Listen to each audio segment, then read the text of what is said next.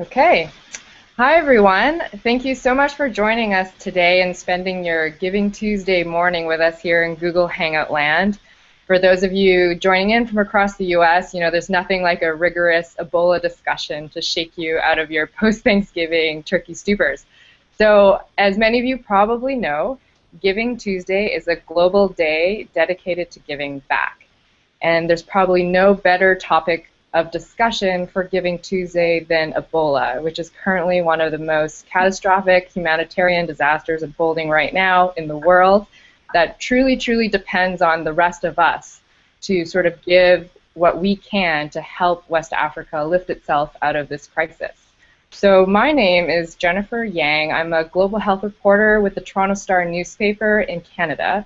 I've been reporting on the Ebola outbreak since the spring, and I'm joined here today by Madam Helen Clark, the United Nations Development Program Administrator and former Prime Minister of New Zealand, and Dr. Mary Bassett, the New York City Health Commissioner, who recently impressed the world with her very cool-headed, authoritative handling of New York City's first Ebola case. And for those of you who are just sort of watching, feel free to comment and discuss amongst yourselves on the Google Hangout page as we have our discussion. So in the interest of time, I'm just going to dive right in with my very first question.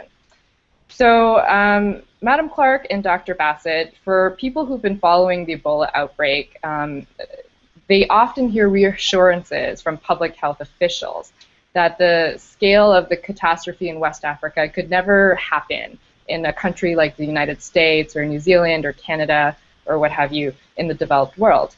I'm wondering if you agree with these statements, and if so, if you could explain why. And perhaps we'll start with you, Madam Clark. Well, I've been a humble health minister in my time, and I'm going to defer to Mary on the health technicalities now. But what I would say is I was so impressed with the way that Mary and New York City dealt with the public health emergency as a health issue and worked so hard to bring all the facts to the public and to deal with the perception issue.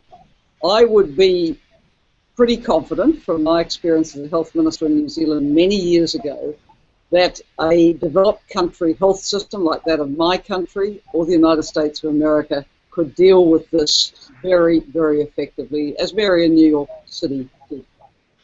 Mm-hmm. Dr. Bassett?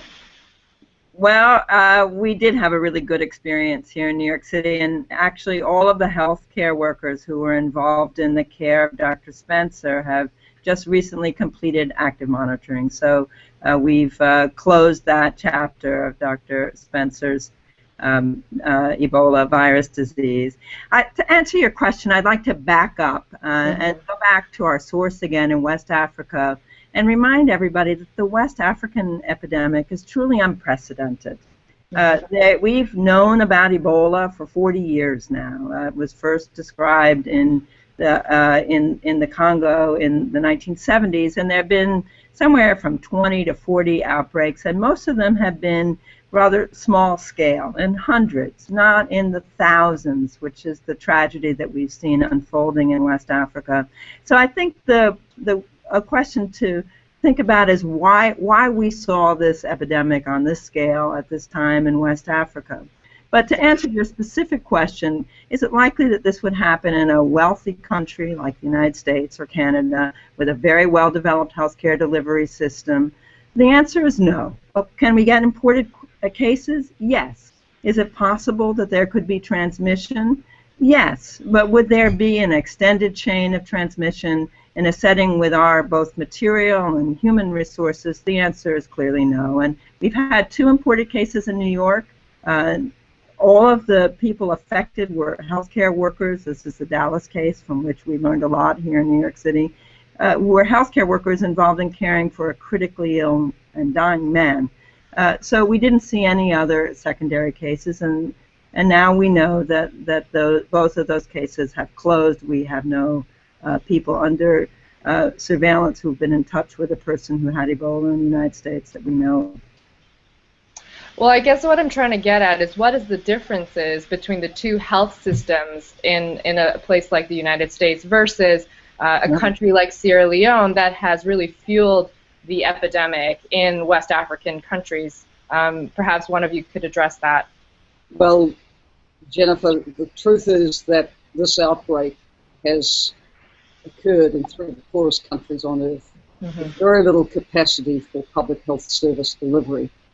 And once this started spiraling on their own, they weren't going to be able to deal with this. What I hope will be a legacy of tackling this dreadful outbreak is that we can, as an international community in solidarity, leave a better system working with the governments and peoples of these countries for the future, because for sure there will be disease outbreaks. Sometimes there's cholera, sometimes there's other things. The key thing is to get onto it fast, as Mary in New York City did with the cases here. So we have to build that capacity in least developed countries like Guinea, Liberia, and Sierra Leone. The role of international solidarity here can't be overstated. Absolutely. The 3 countries where the epidemic's been centered, simply for a variety of historical reasons, were absolutely ill-equipped to cope with it. We had 500 people at the health department mobilized in response to one case. We had to track down everyone with whom Dr. Spencer had been in touch and multiply that in West Africa thousands-fold. And you can see, although we know exactly what the steps are, you have to find the people who are sick. You have to isolate them, diagnose them, and track down everybody who they've been potentially in contact with. So that's pretty straightforward, but you have to find every single person. And on the scale that the epidemic is in West Africa, it's truly a massive undertaking. And they didn't have the resources and continue not to have the resources to meet that challenge alone. Yeah. Madam Clark, I want to ask you about the sort of broader response to the Ebola outbreak, which is so much more than just an immediate medical emergency. There are sort of all sorts of secondary disasters happening around the breakdown of the health systems in these countries. Can you talk about what some of the more neglected aspects of this crisis have been and what the UNDP might be doing to address them? Well, firstly, it puts pressure on all the non-Ebola services that the countries tried to deliver. Women are still going to be having babies. Will the facilities be there for them? There will still be cases of malaria. Will the facilities be there for them? So pressures on the health system beyond the Ebola response are also significant. Then there's the family issues. We have many Ebola orphans now. Who's going to care and look after them for the future? We have children in Sierra Leone. I understand the schools closed across the country as we speak, and there's been a lot of school closures in other places. Then you come to the economic impacts. These were quite fast-growing economies off a low base, but the growth has been knocked for 6. Liberia will probably go into negative growth this year. So this all has impacts for the economies as a whole, but also for families. I saw one factoid which said that of those who were working in Liberia in March this year, 40% of them are now unemployed. So you can see how this goes far beyond being a health crisis causing human misery with family members dying into a very significant socio-economic crisis. And can you talk to some of the ways in which UNDP might be stepping in to address some of those concerns? Yes, well, fundamentally, we think this outbreak will be stopped when people change their behaviour and when there can be a quick response with diagnosis and containment. On changing the behaviour, we, along with fellow UN agencies, have been among those deploying volunteers to go out into the communities, whether they're urban, informal settlements, whether they're regional towns or villages, to raise awareness of how to keep yourself safe, the chlorine, the hand washing. If a family member's sick, bring them forward. And then there's been, for others to deal with the very sensitive issue of the burials, because if your family for generations, for centuries, has been caring for the body of a deceased in a certain way, and this way now becomes life-threatening, then you are working so hard to change the approach to this. And it's not easy. It's not easy. We understand all the sensitivities. So the bottom line is sensitize, help people know what needs to be done to protect themselves, early diagnosis, and then get to a facility. Now, the facilities kicking in is where the United States has stepped up to do a wonderful job, particularly in Liberia, other major countries, NGOs, everyone's pitching in. The hour is late and it's hard, but this outbreak can be stopped if we all pull together. Mm. So that's actually a good segue. Madam Clark, I imagine this is perhaps your first time responding to an Ebola outbreak. I'm wondering what you've learned about responding to something like Ebola in poorly developed countries like Sierra Leone, Guinea, and Liberia, particularly when it comes to working, comes to customs and traditions and practices that are very specific to the local region that might work against the public health effort. Well, I think we will all learn tremendously from Ebola. We know from other sensitive health issues in the past, like HIV, that you also are often dealing with practices which turn out to be not good for the health of the individual or for the health of the community. So I think being able to relate to the community, to work within the culture, to sensitize, this is an absolutely critical public health learning.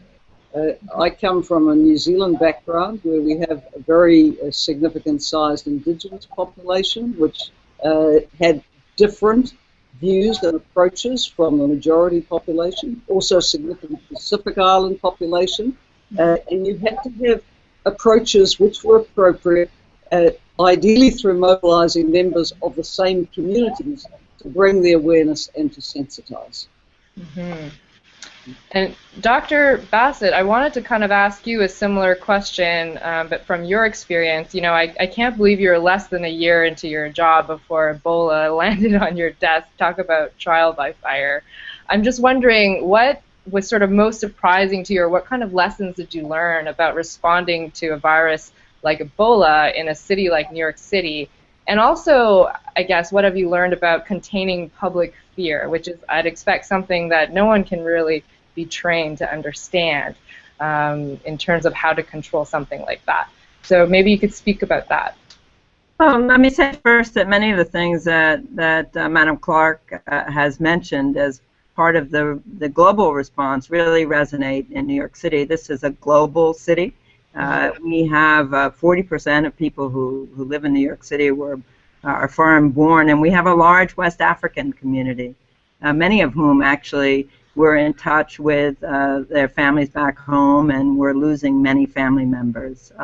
So one key part of our response was to ensure that we reached out to communities, including communities that were suffering the most, losing loved ones and family members, the West African community. So we had a whole series of town meetings, trying to get information of the sort that that is being distributed by the UN agencies and other NGOs to individuals here in New York City who could then talk to relatives and become another channel of health education back in West Africa. That's one of the ways that they could help because they couldn't be there, shouldn't be there.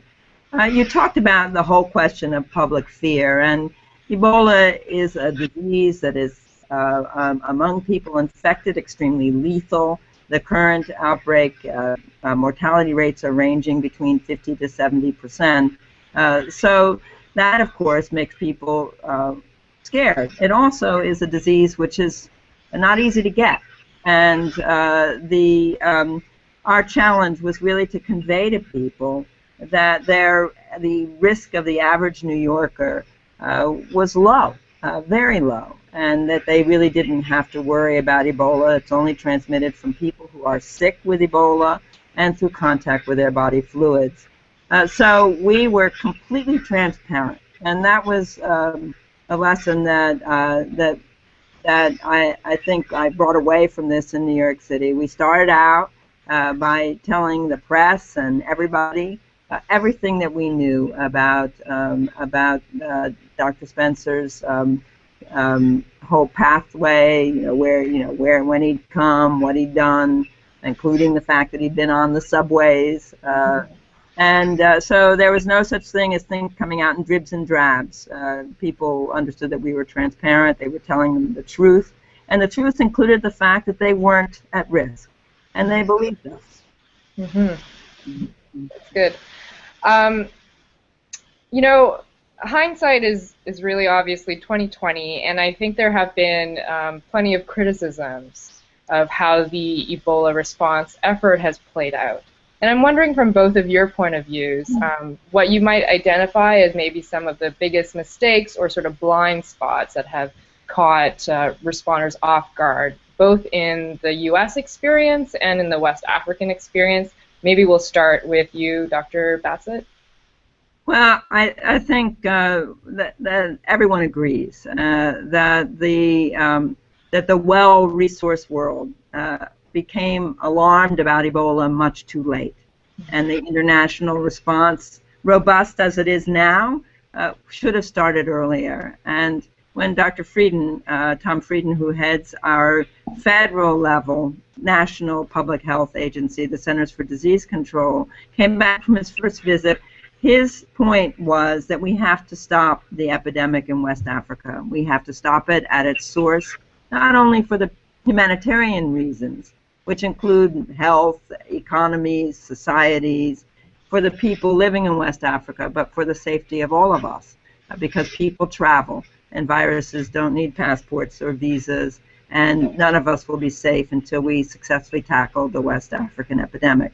So I think that remains true, and that we have to continue to focus there. And then, of course, we had the experience in Dallas, which maybe you were referring to, which I think everybody understands that there were many lessons to be learned. That Mr. Duncan presented at a health facility, wasn't identified, went home and got very sick, returned late to care, and tragically succumbed to his Ebola virus disease. And further, there were also health workers who were infected. So we learned a lot from the experience in Dallas, and New York was ready because we began preparing early, and we learned from others. And Madam Clark, why do you think the world took so long to recognize the severity of the crisis unfolding in West Africa? I guess it was happening in countries which are largely off the global radar. We're in an era where I can't remember so many complex humanitarian emergencies occurring at the same time. Syria, sub-crisis, South Sudan, wherever you look, there's been a lot of issues. So the world's gaze tends to be a little averted.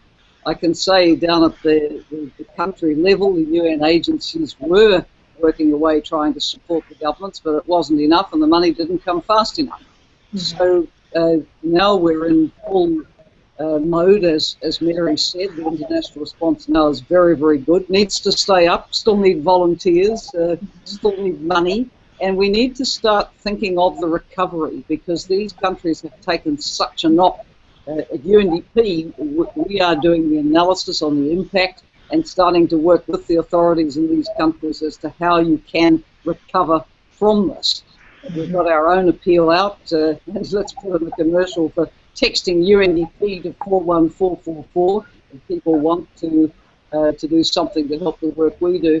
Another important aspect of the health response, you will have seen stories about health workers not getting paid, or people doing the basic tasks associated with Ebola, like burial, not being paid.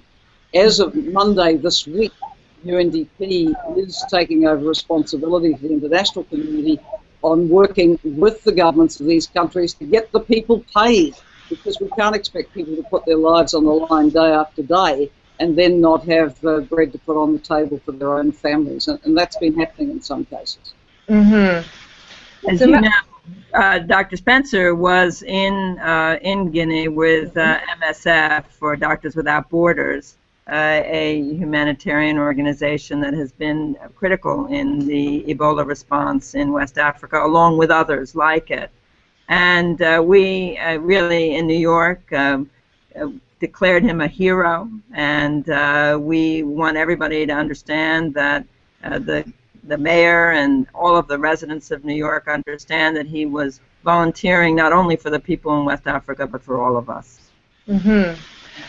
You know, some of the sort of the questions that I hear the most from readers or people in my life who are interested in the Ebola outbreak and afraid are, one, why don't we cut off all travel from this region? And two, why don't we impose mandatory quarantines on everyone who returns from the affected area?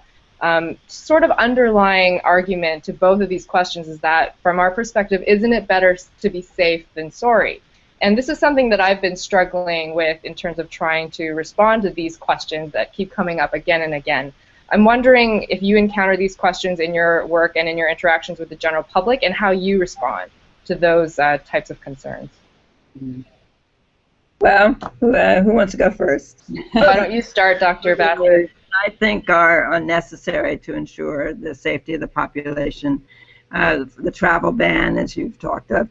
As you know, the United States began an effort to identify arriving passengers in the whole country, the bulk of whom, over 90% of whom, come through 5 major airports. Mm-hmm. So in addition to the screenings that are done as people depart, Liberia, Guinea, Sierra Leone, and now also Mali, there are screening procedures in place when they arrive at major U.S. airports. The airport in New York City, John F. Kennedy Airport, is one of the airports where people are screened on arrival. So we've been doing that. We keep something like 200 people under active surveillance, and somebody calls them every day. If they arrive without a cell phone, they're given a cell phone at the airport. And we have been able to keep the vast majority, ranging in the mid 90% of people in contact with us, and they take their temperature every day. They're given a thermometer at the airport, and they report to somebody who calls them what their temperature is. And it's, you know, that has been implemented, and it has successfully kept people under surveillance. So the downsides of a travel ban, I think Helen would probably be able to speak to more eloquently than me, but it's obvious that, you know, borders are not, no country can be imprisoned, and the likelihood that people's travel would then just become diffused, possibly even taking Ebola with them while they sought to exit their country so that they could travel from another country.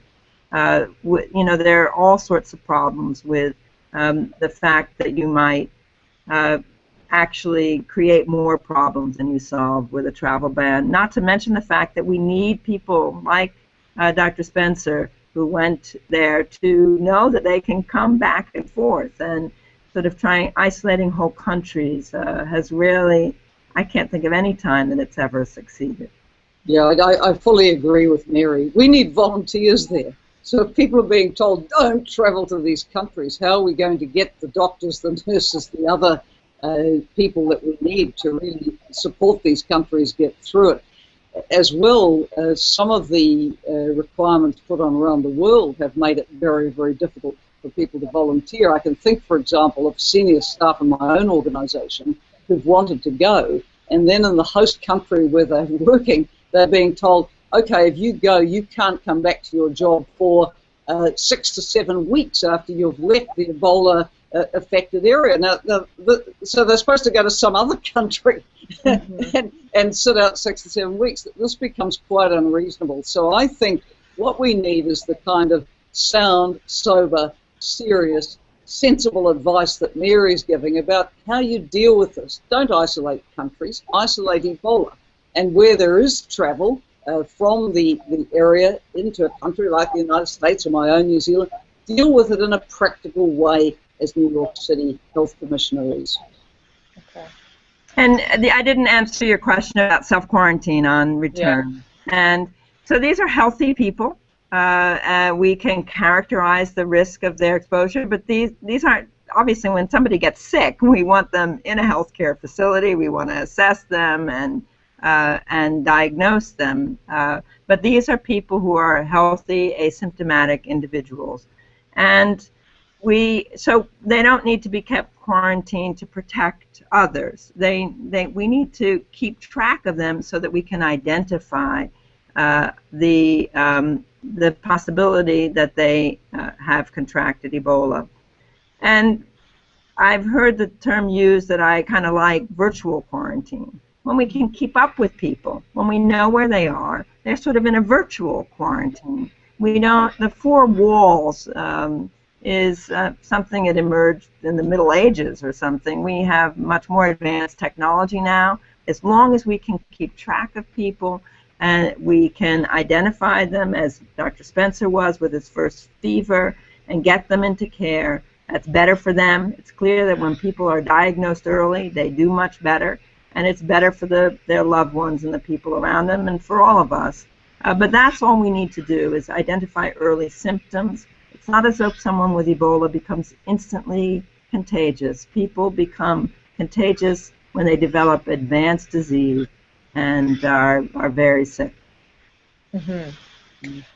Well, since it's Giving Tuesday, let's talk a little bit about, I guess, what people can do to help respond to the outbreak. You know, I've talked to people who tell me they want to help in some way, but they're not doctors, they're not nurses, they can't volunteer for the front lines, and they're wondering what they can do to make some kind of direct impact. I'm wondering if perhaps, Madam Clark, we can start with you, if you have any ideas for those kinds of people and what they can do.